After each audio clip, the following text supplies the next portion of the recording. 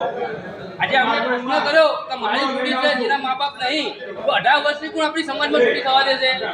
18 વર્ષથી છોડી ગયો સમાજની કુંવરબાનું મોમેડ બોલાવવા છું દશરથભાઈ એ પોસ્ટ ઉપર કામ કરે છે, અરજી લખી નાખશું કે સાહેબ અમારા સમાજનો સમૂહ લગ્ન છે, આટલી વસ્તુની જરૂર પડશે, તમારે અમને પૂરી પાડવી પડશે. મોટા મોટા માથાઓ છે કે ભાઈ અમારા સમાજના અંદર સમૂહ છે, તમારે આટલું યોગદાન આપવું પડશે. ક્યારે તમે 18 વર્ષથી છોડી થવા દો, તારે નહીં યાર થવા દો પહેલા પછી માગો. 18 વર્ષથી શું થાય? 10 વર્ષમાં તો ચાલુ થઈ જાય છે. એક મોટો મુસ્સો છે ને, એક મોટો ખરાબ થાય છે ને, એ વસ્તુ ખરાબ થાય. એ ખરાબ આપણે કરીએ છીએ મા બાપ.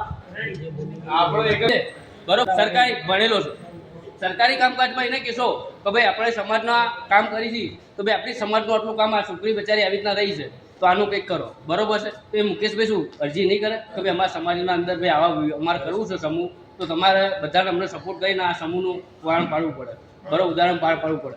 જેમ રાહુલભાઈ કહેશે તો રાહુલભાઈ ફોટોગ્રાફીનું કામ છો સાહેબ તમારે કરી લેવું પડશે, તમારા સમાજને બી ભેટ આપો છો, જેમ રાહુલભાઈ નહીં કરે કેમ નહીં કરે? સમાજનું કામ છે, સમાજના કામ માટે એમનો પોતાનો ધંધો છોડીને અહીં આવ્યા હોય તો સમાજનું આટલું કામ એક આપણું નહીં કરી આપે? તમારો કમલેશભાઈ વાત મને ગમે.